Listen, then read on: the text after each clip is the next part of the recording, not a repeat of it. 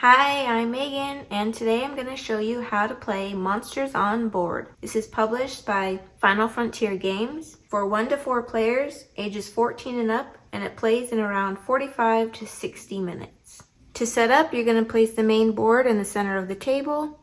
You're going to shuffle these ghost tokens and place them on their stacks here. I don't know if you can see that, but there's a little ghost icon there.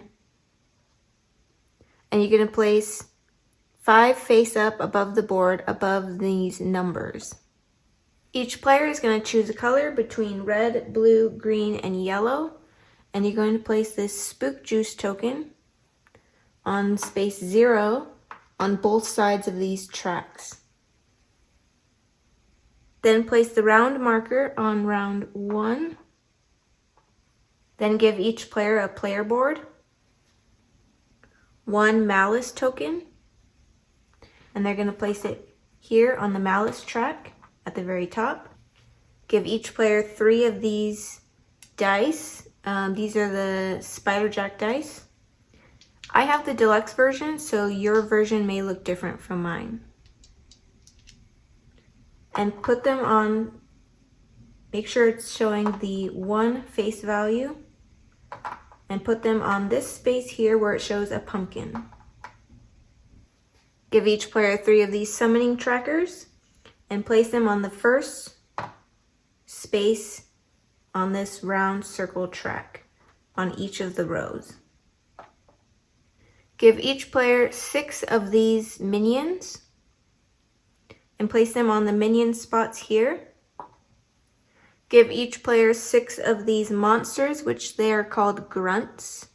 Give them 1 in each color and place them on the starting spaces here. Then give each player a vehicle and place it above your board. Shuffle the prophecy cards and give each player 1 at random. And these are kept secret, but I'm just keeping it face up for the purpose of the video. And finally, shuffle the arch monster cards and put them nearby of the main board. So we're jumping forward in time a little bit, because I forgot to mention in setup to give a player the first player token. And the first player token, according to the rulebook, goes to the person who's last seen a monster. I'm also going to go over the solo rules, and I'll go over the family mode as well. But first, I'm going to start with the rules for multiplayer. The setup will be the same for the solo rules. One thing I forgot to mention in setup is to place 1 card above the below the board, here below each number space.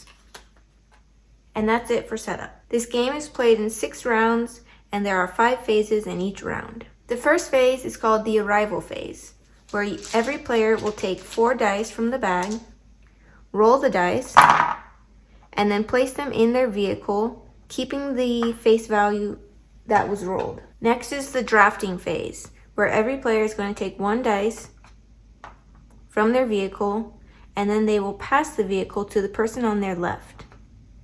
And you'll keep doing that until every player has 4 dice. And you're going to place the dice in the driveway here, at the very top of the driveway. Then is the grunt movement phase. In the grunt movement phase, you're going to move all of these 4 dice down the driveway, and then you're going to move the matching colored grunt. So let me show you an example. You can do this in any order. So I can do the green dice first. I'm going to slide it down, and then I'll move the green colored grunt 1 space. A grunt cannot share a space with another grunt or a minion. Ghost tokens do not affect grunt movement. The grunt would move on top of the ghost.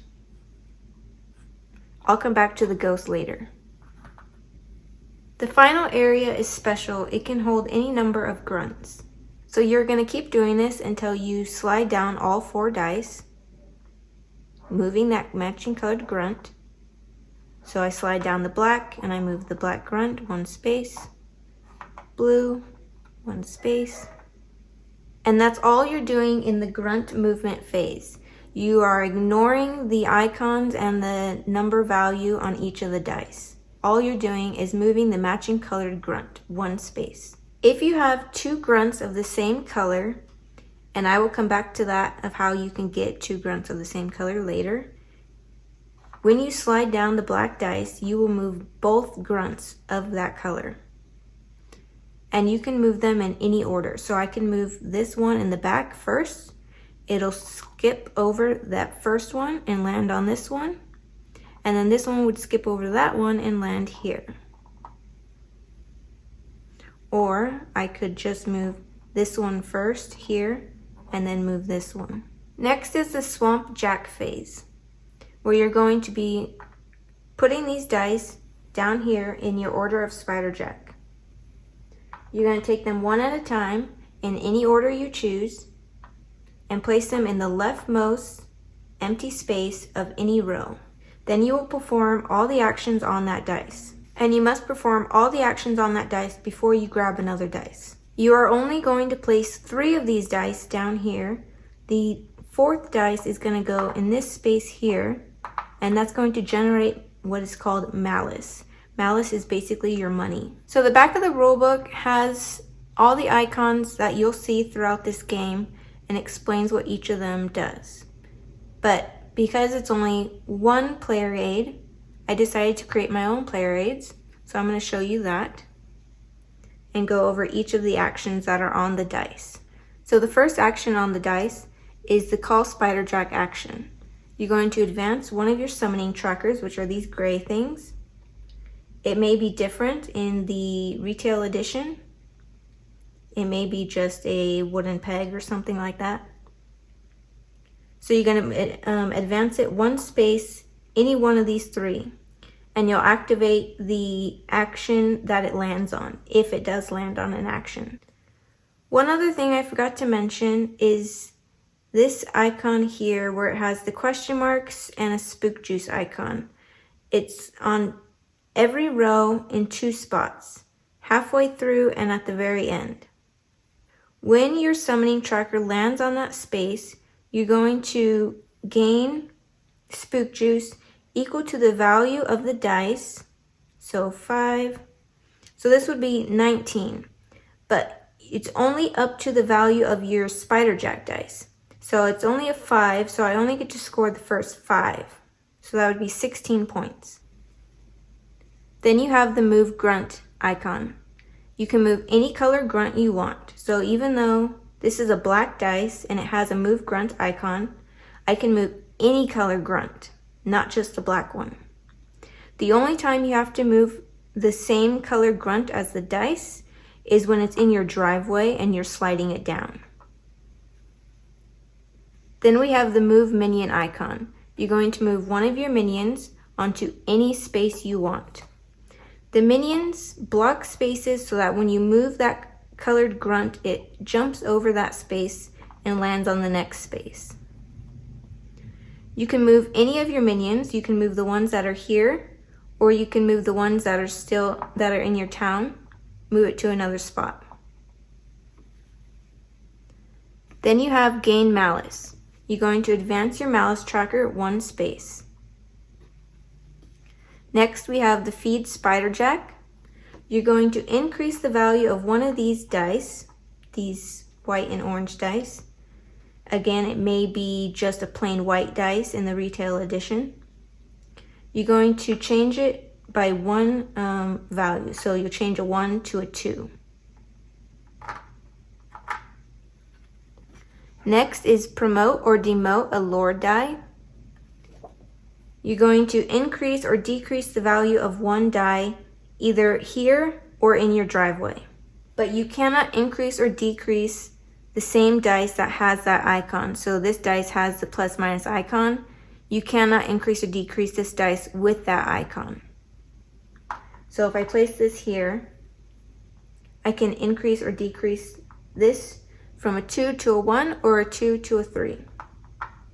You cannot increase a 1 to a 6 or a 6 to a 1. The placement of your dice down here is important for your prophecy cards, and I'll come back to prophecy cards later on. But just keep in mind that wherever you're placing the die, the value and the color may matter for your prophecy card.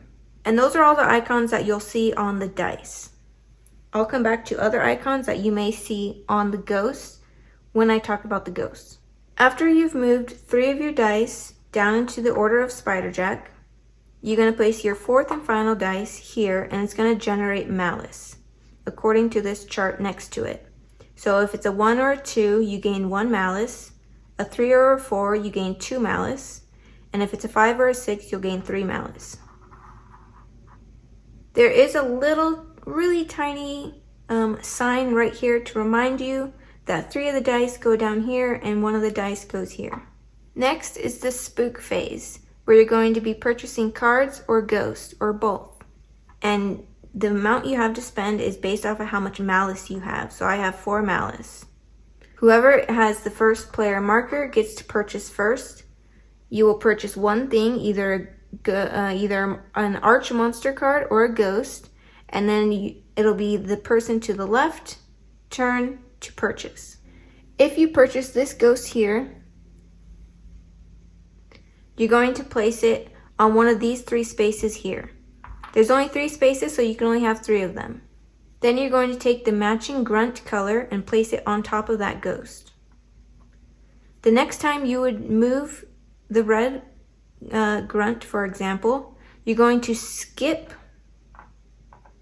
the starting space and go right to the first neighborhood space.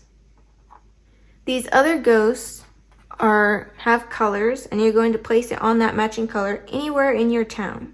So I can cover up one of these icons if I wish, or I can place it on an empty space that has no icon there. And you can place it on any space. You can place it all the way down here if you want. When your grunt of that color lands on that space, you will do that action. This one means you get 6 spook juice. So when pink lands on that space, you'll get 6 spook juice. This one is a special one. It can go on any color space, and when it's landed on, you can swap 2 dice in your order of spider jack. So I can take these 2 and swap the positions. I'm going to put these back. Once a ghost has been purchased, you're going to slide them down to the right. And then put out a new ghost. Same go for the cards. If you purchase a card, you're going to slide them all down to the right and put out a new card.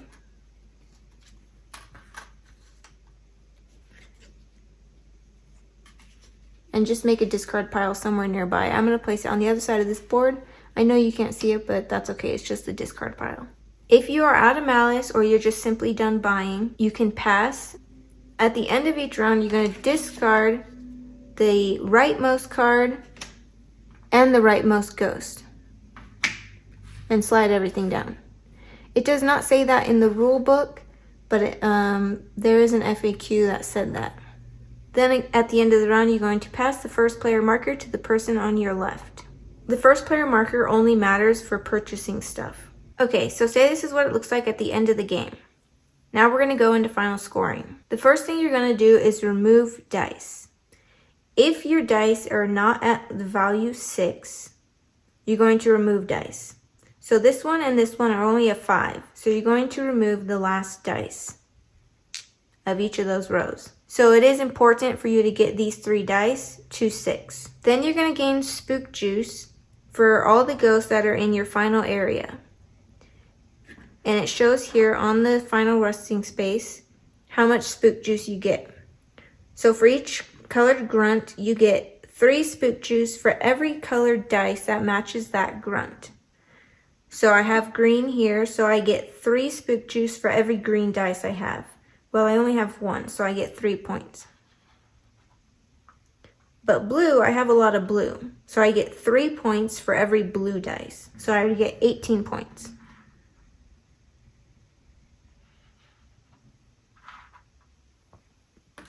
If you have this card, you will place a grunt on that card. Let's do the blue one. And instead of gaining 3 spook juice for every blue dice, I would gain 5 spook juice for every blue dice. You do not gain both. You don't gain 5 and 3, just 5. Then you're going to score your prophecy card. So now I'm going to explain the prophecy cards.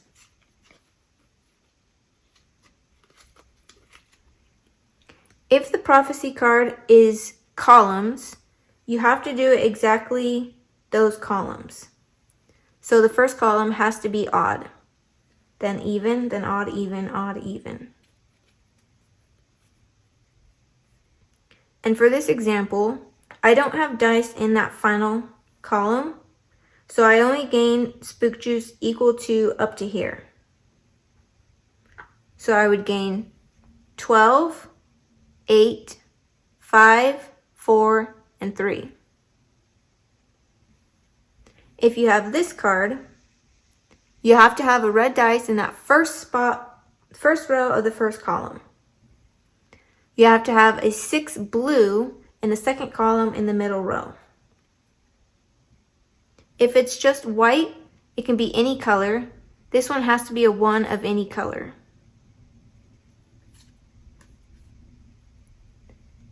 This one, you have to have all of these dice the same value.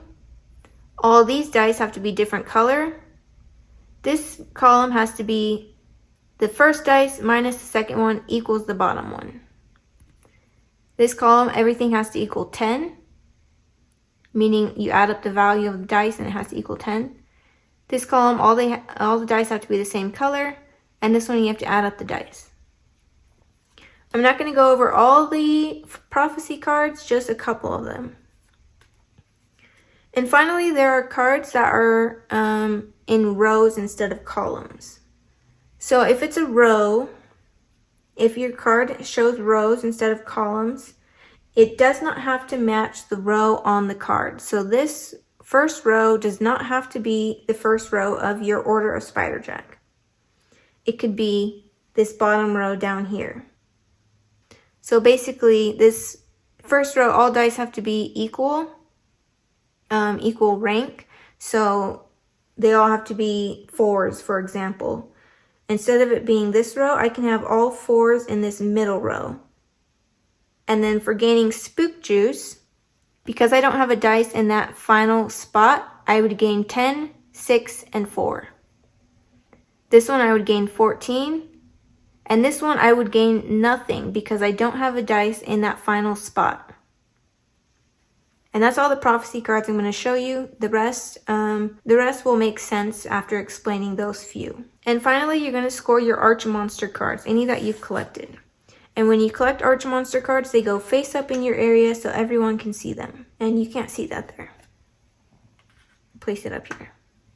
I'm not going to go over what all of the Arch Monster cards do, just a couple of them. So this one gains 1 spook juice for each town space your mummy grunt has spooked. So say my mummy grunt is down here.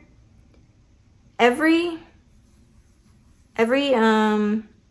town space has a number printed below it in the bottom left corner.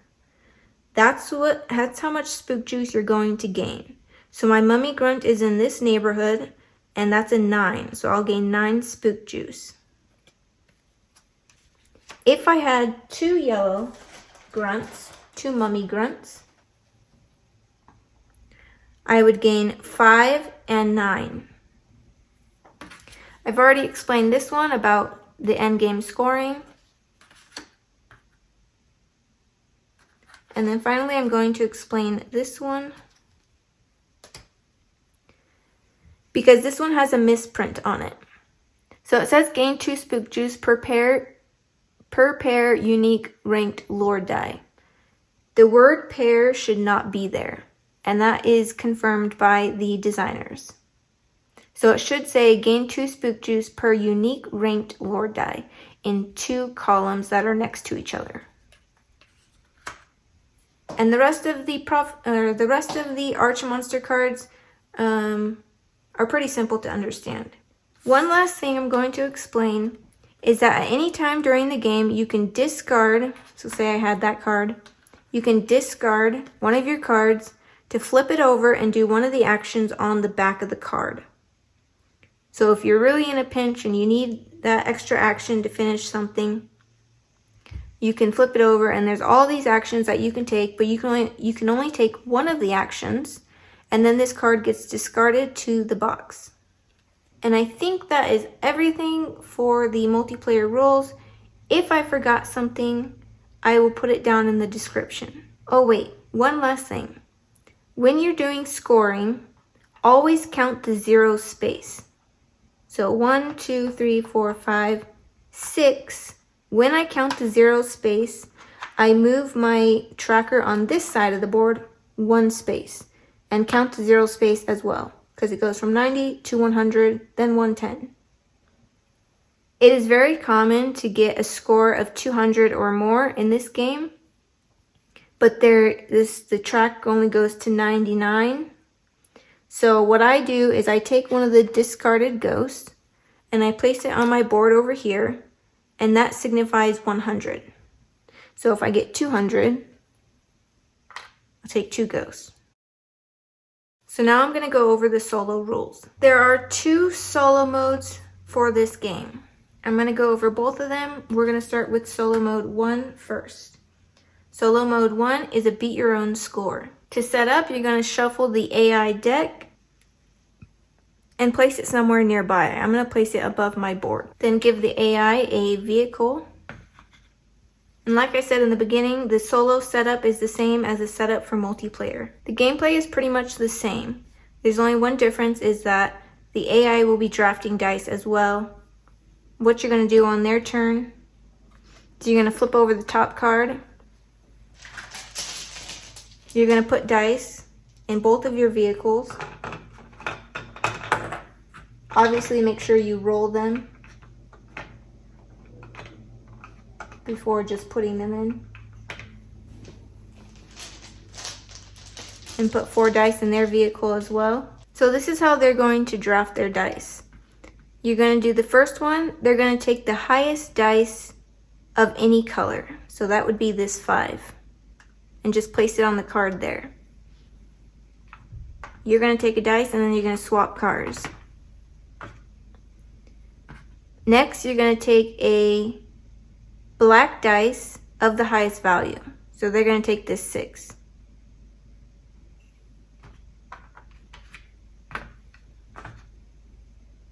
And now they want green of the lowest value, so they'll take that green. Well, that was pretty easy example. I'm going to show you another example. All right, let's say it's like that. So they're going to take the lowest value of yellow. There is no yellow, so they'll take the lowest value. Well, they're both 1s. So their preference is they'll take the one in the front of the vehicle, then the back of the vehicle. So they'll take this black 1. And then they get the final dice, and you get the final dice. And that's how you draft their dice. The gameplay for you is the same. You can throw all their dice back in the bag. They won't need them. Then during the purchasing phase, after you have purchased something, after you have purchased 1 or more ghost and or arch monster cards, you're going to discard the rightmost card and the rightmost ghost. If you didn't purchase anything at all, you're going to discard the 2 rightmost cards and the 2 rightmost ghosts. And then shift everything down like normal.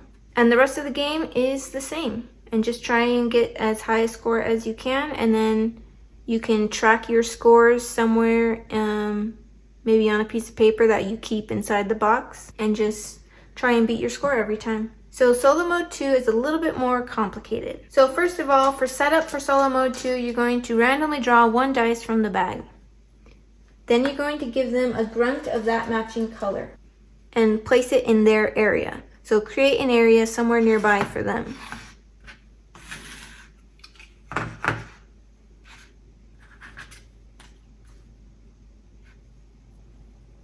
I'm going to keep it up here. And throw that dice back in the bag. You're going to take the Spider Jack deck, and you're going to find every card that has red on it, because that's what color grunt I drew. Then you're going to shuffle that deck.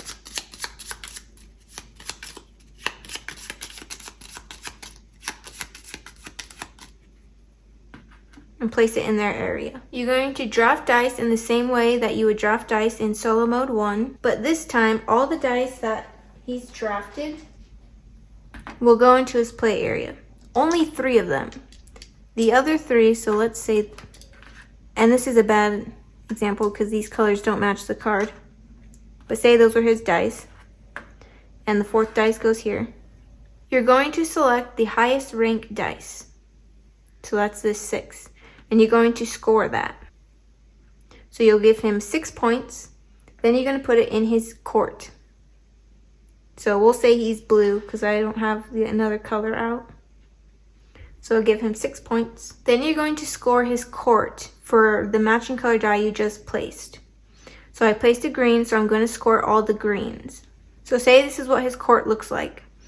You score 1 point for every dice, 2 points for every ghost, and 3 points for every grunt. So say he had a grunt in his area. So he would score 8 points, plus the additional 6 that he scored just from the rank of the die. Then you're going to select the next highest ranked dice, which is this 5, and score that. So he gets 5 points for the rank and 1 point for having a dice in his court. Then if there is a tie for the highest rank, you're going to select the one that would score him more points. So in this case, green's going to score him more points because there are more green things in his court than there are blue things. So you'll score him 1 point for the rank, and then 1 point for every dice, 3 points for the grunt, and 2 points for the ghost. The final dice is going to be used for purchasing cards and ghosts. During the purchasing phase, you get to purchase first. After you've purchased one thing, he is going to purchase based off of the value of the die. So it's a 1, so you can assign these ghosts a number. You can do 1, 2, 3, 4, 5, or 1, 2, 3, 4, 5. I like to go from right to left, so this would be 1. So that means he's going to purchase this ghost here because the value is a 1. He's also going to purchase the value or the first card on the right because that's space 1. Then you're going to slide everything down, and then it's your turn to purchase again, and you can purchase as many times as you like after he has purchased. Oh,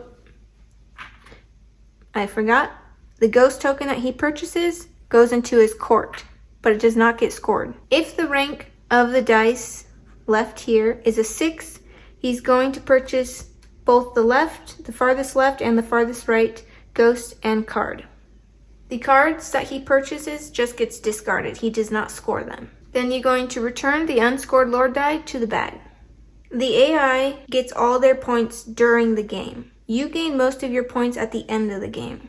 So you're going to do final scoring for yourself the same as you would for multiplayer. I'll put down in the description timestamps for for scoring. I'll put scoring for multiplayer and solo so that if you just want to watch solo, you can skip to those parts. For the second solo mode, there are multiple ways that you can increase the difficulty of the game. One way, and it tells you in the rulebook whether you're increasing the difficulty by 1 point, 2 points, or 3 points. One way to increase the difficulty is by giving him a second grunt at the beginning of the game during setup. Another way to increase difficulty is by giving him two extra grunts at the beginning of the game during setup, so that he'll have 3 total. The next way to increase the difficulty is by adding 2 random ghosts to his court during setup.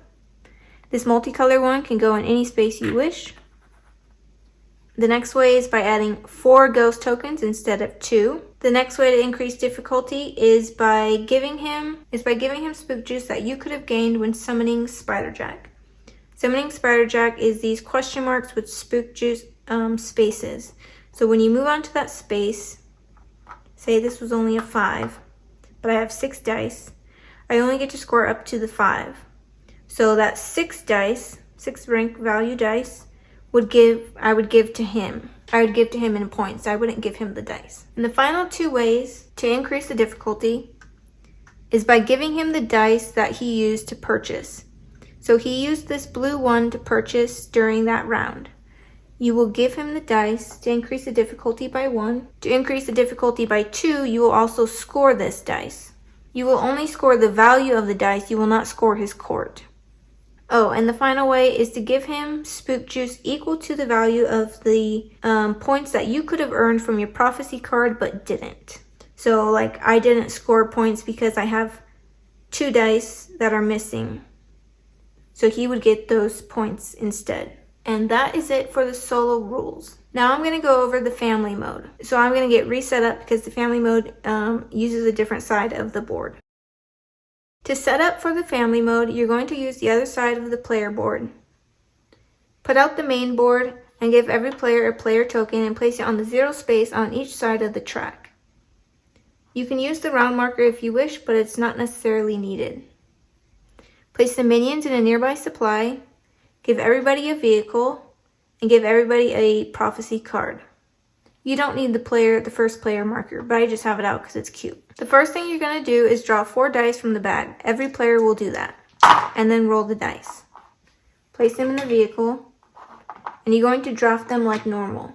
So every player will take 1 dice, but instead of putting it up here in the driveway, you're going to put it immediately down here in your order of Spiderjack. Again, you have to place it in any row in the leftmost empty space. And all these steps can be done simultaneously.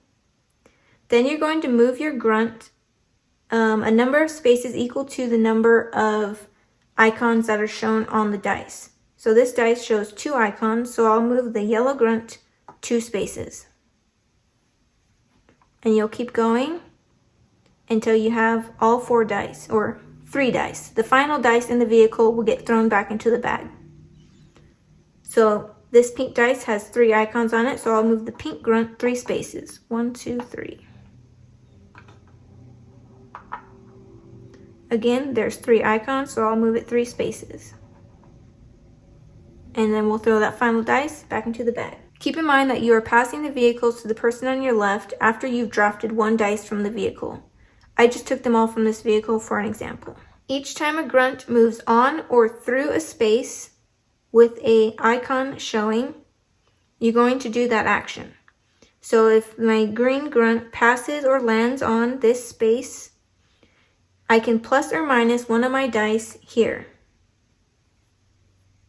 Again, you cannot plus or minus a 6 to a 1 or a 1 to a 6. If I land on or pass this town space, I can swap 2 dice in my area. If I land on or pass this space, I get 12 spook juice. If I was here and I placed this dice, it has 3 icons, so I can move 3 spaces. So I'd move 1, 2, gain 12 spook juice, and then 3. At the end of the round, you're going to choose 1 row and take a minion and place it on one of these minion spaces in that row. Then you're going to score that row. So you're going to add up all the rank of the dice in that row. So I would get 6 spook juice for this. If players still have empty minion spaces, you're going to start a new round. If all these spaces are full, or if you're keeping track with the round marker and you get to round 6, you're going to go to endgame scoring. The only thing you're going to score at the end of the game is your prophecy card. You do your prophecy card like normal. So if you've completed all of these columns and everything is in the right place, you'll get 50 points. Every card has a maximum of 50 points. If you've only scored the first column, the 4th column, and the last column, you'll get 18 points, 8 points, and 3 points. And that's it for the family mode. So keep in mind that the family mode does require a little bit of math, because every time you place a minion, you're adding up that row, and some of the prophecy cards have math on it. You can always give them a prophecy card that doesn't have math, like there are a couple of them that score by odd and even, or this one that just scores by color and rank, but they would still need help with adding up their row. And the rows, since there's 2 spots for minions, you'll score that row twice throughout the game. So that's it for the family mode, the solo mode, and the multiplayer mode. I hope you found this video useful. If you did, please give it a like. And once again, if I forgot anything or I made any rules mistakes, I'll put them down in the description. as well as timestamps to jump to different sections. So thank you so much for watching. I hope you have a great day, and I'll see you next time. Bye!